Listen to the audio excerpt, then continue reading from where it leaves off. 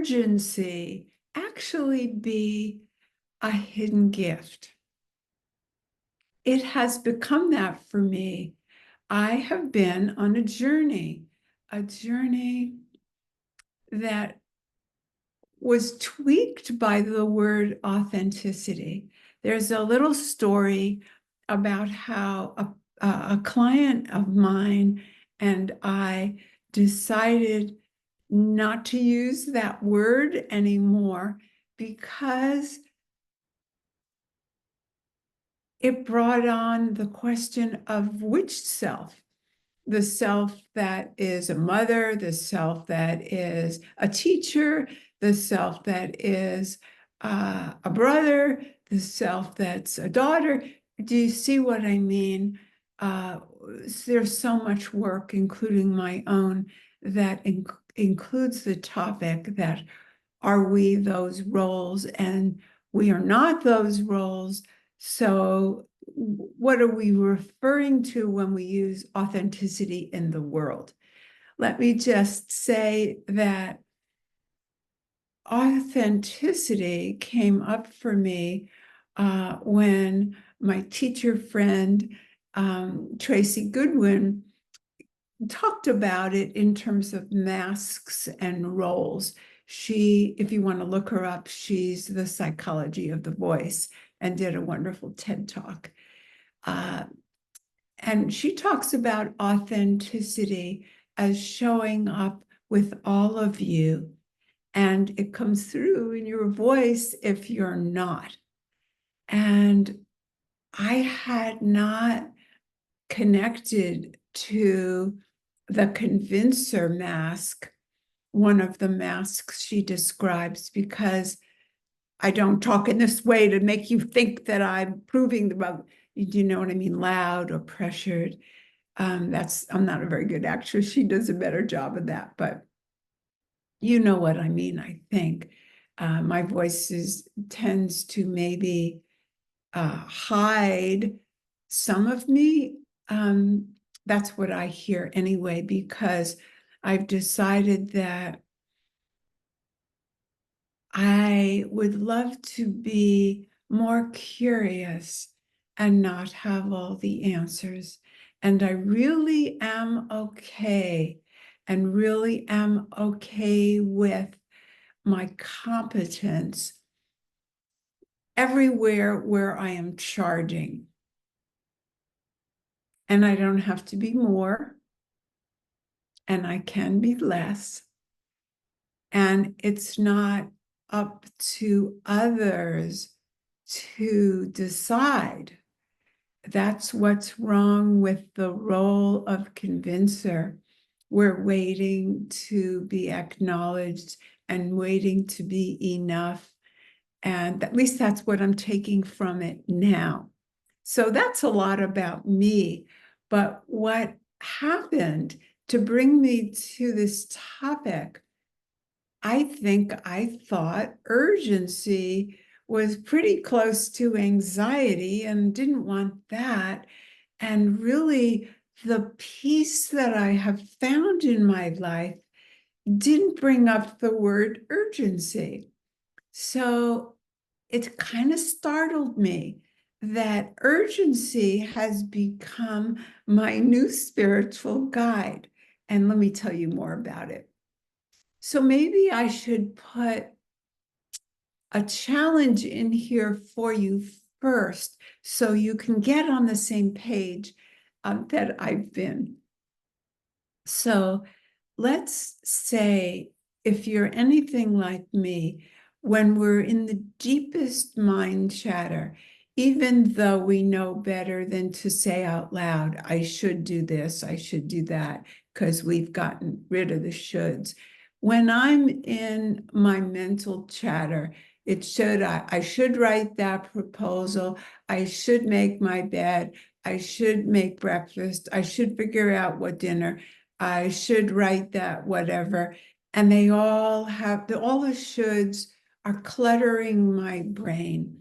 And people who make decisions, teach decision making, I'm assuming they teach you to, you change your words, and make it conscious, and you could, or spiritual people would say, I would like to, and take out the shoulds. But let's say we're all in that really primitive brain that's shoulding on ourselves. Could you make a list right now? Stop the video, please, and make a list of the shoulds that you remember from this morning, where they were all really on the same level of priority. I should this, I should that, I should call this person, I should cut my hair, I should whatever, get my hair dyed, whatever do you see how everything has the same focus? Everything might have the same energy, except for the ones that really scare you, but it's all kind of a blur when we're into that not woken up place, when we're not very conscious yet. So make a list of those shoulds, if you would, if you can remember some of them. And then circle the ones that you would like to do, because there's a really good chance, unless you're the type of person that is so disciplined and so organized that you maybe check off the hardest things first and the things you don't want to do. There are people like that.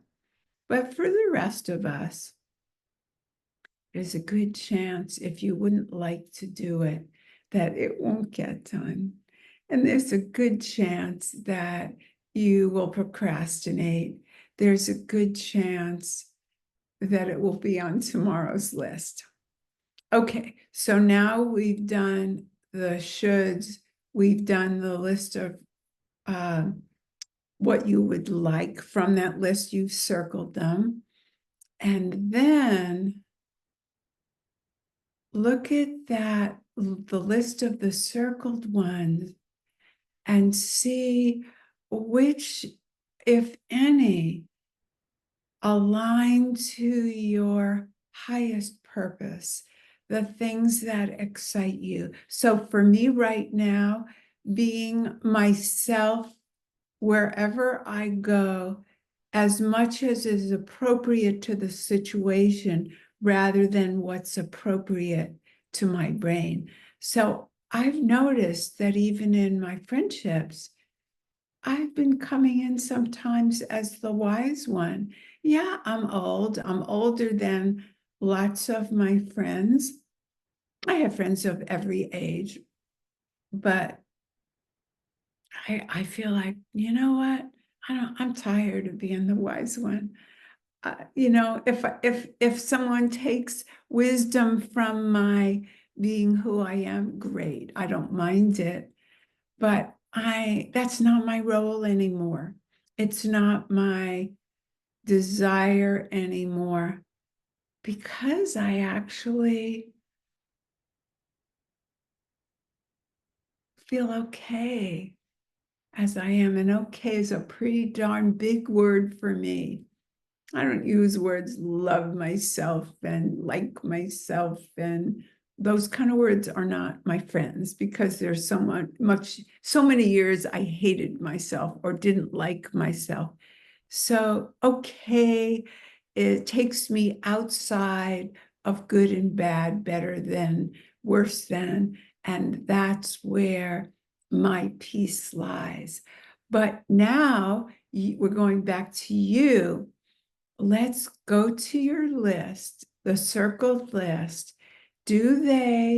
Are any of those tasks or would likes exciting? Do they have any urgency the way this has kind of hit me? Can you feel how I feel really transformed by using the word authenticity, when a few years ago I didn't want to use that word anymore? But now I've added a new word with it. I'm calling it soul authenticity.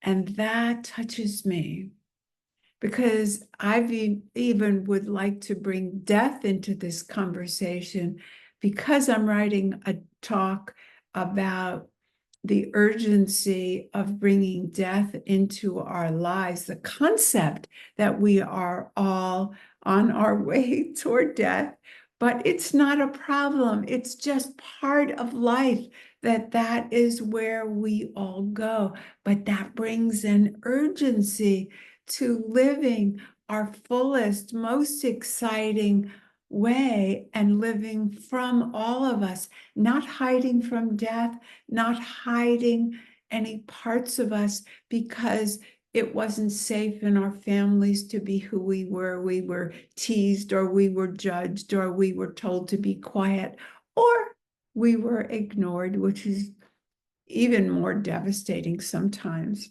neglect. And we all desire so badly to be seen and heard. And so I think it's the allowing of being ourselves, that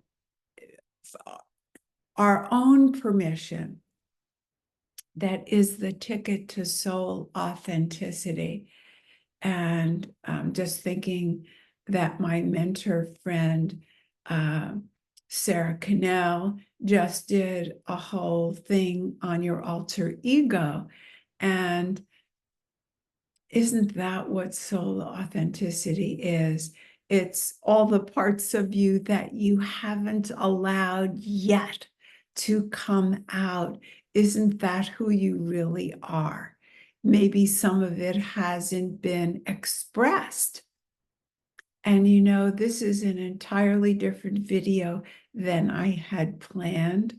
And probably the other one would have been more left brain and logical.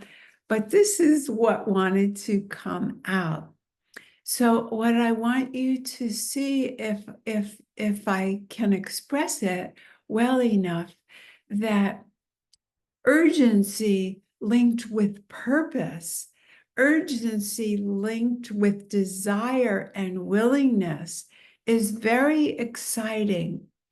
Anxiety is really a more about stress and unfaced fears, if you will. This is very different. This is excitement, and this is a movement.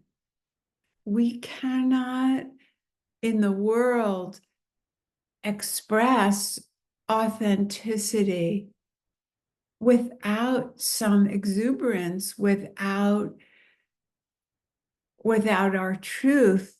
And for me, that word urgency is very exciting because it turns its definition, its former definition, for me on its head. And I hope it will for you too. So see if you can find a shift and find that urgency, which is a heightened feeling, and differentiate that if you can or will or desire to from anxiety. And maybe by differentiating it, you'll go toward urgency, which would be my gift to you, as urgency has been a gift to me. Bye for now.